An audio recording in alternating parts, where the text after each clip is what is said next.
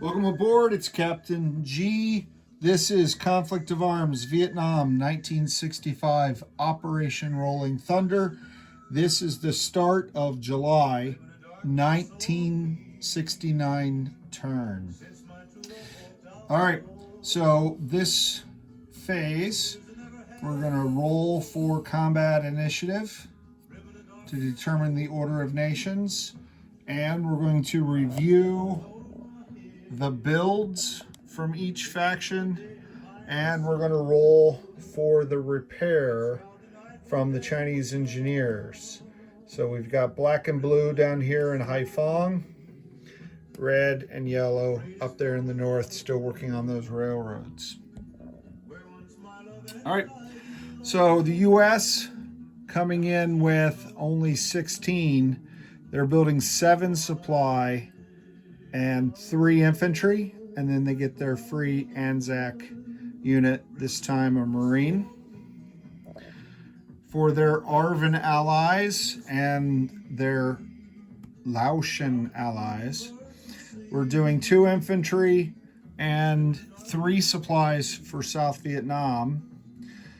For Laos, they're building 1 infantry, 2 supplies, and to protect from the pesky MiGs, the first SAM for the Western countries.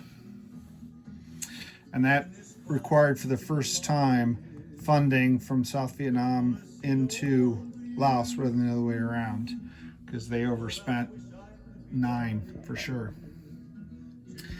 All right, it is July, so the Soviets are providing based on their influence, and the VC influence is 1, so they only get 3 CP in cash, and the NVA influence is 4, so they get 5 CP and 1 support unit, which could be truck, artillery, AA gun, or SAM, and the NVA are picking a SAM. The VC, with their funding, they're building 3 infantry, they're building 2 supply, an artillery, and a SAM, and then they'll get to roll at the end of the turn for their free unit. And then the North Vietnamese, again, they'll get this if they still have that path, Rat to Vinh. They're building 1 supply, 1 infantry, and 1 MBT. They don't care who knows it. Their intent is to drive their tanks down through open country and into Hue to win the war. So that is why they made that purchase, and why they got a SAM to provide some air cover for those. All right, so let's bring forward the combat initiative dice. Same pattern we've used for most of the game. VC, North Vietnam, the US, South Vietnam. This is the US free influence. They're the only power right now at max 5 combat initiative. So at 3 or less, they can reduce one of the influences of the other communists. And those are the Chinese engineers.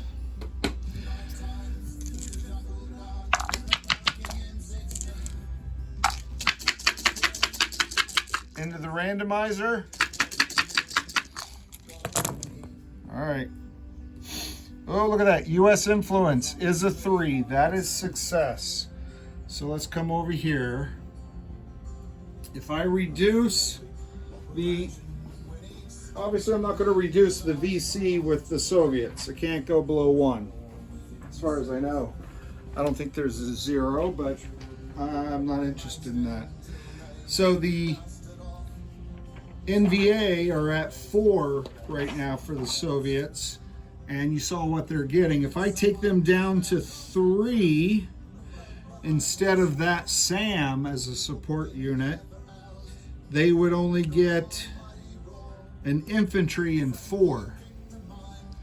So that would be, in CP terms, they would lose 1 from cash, 5 down to 4, and that's worth 6, and infantry's worth 3, so that's a total loss of 4 CP if I drive them down, and that's effective immediately. It's very tempting.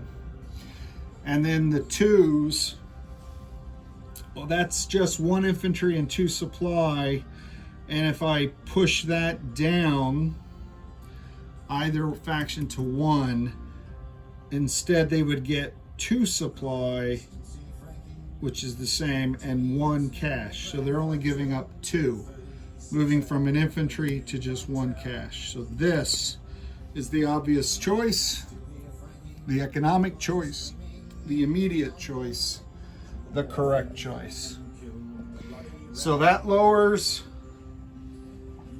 this, and I wasn't prepared for this because I didn't know I'd get a hit. So 4 in cash, and instead of a support unit, what did I read? They're going to get an infantry. Outstanding.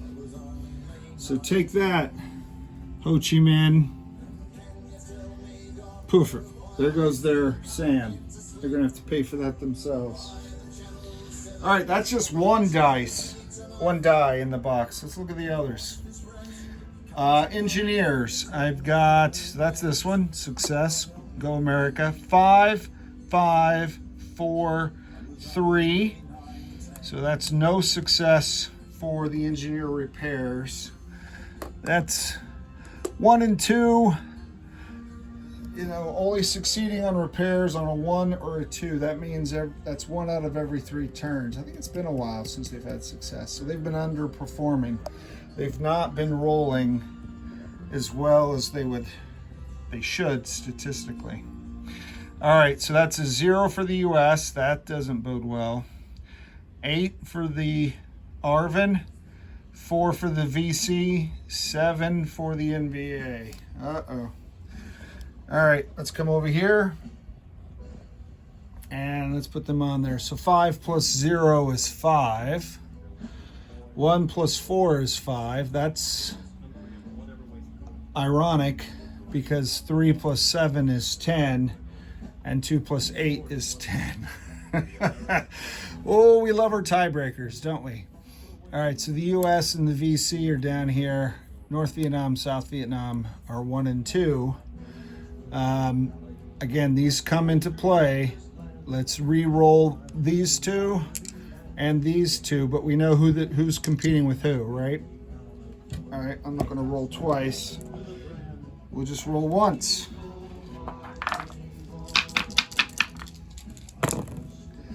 All right, so the US got 5 and the VC got 9. So 9 plus 1 is 10, 5 plus 5 is 10, so they're still deadlocked. Let's look at the others. Gee whiz. All right, so NVA got 1, the Arvin got 8. So now that breaks a tie. Here we go. So 7 plus 1 is 8. 7 plus 1 is 8. Well, actually, that's supposed to be 3. I probably took off the wrong dice last time. And 2 plus, that's 10. So South Vietnam will go first, followed by North Vietnam. No, they weren't tied. Yeah, they were. They were tied. So South Vietnam, then North Vietnam. We're done there. We got to re-roll the US and Charlie.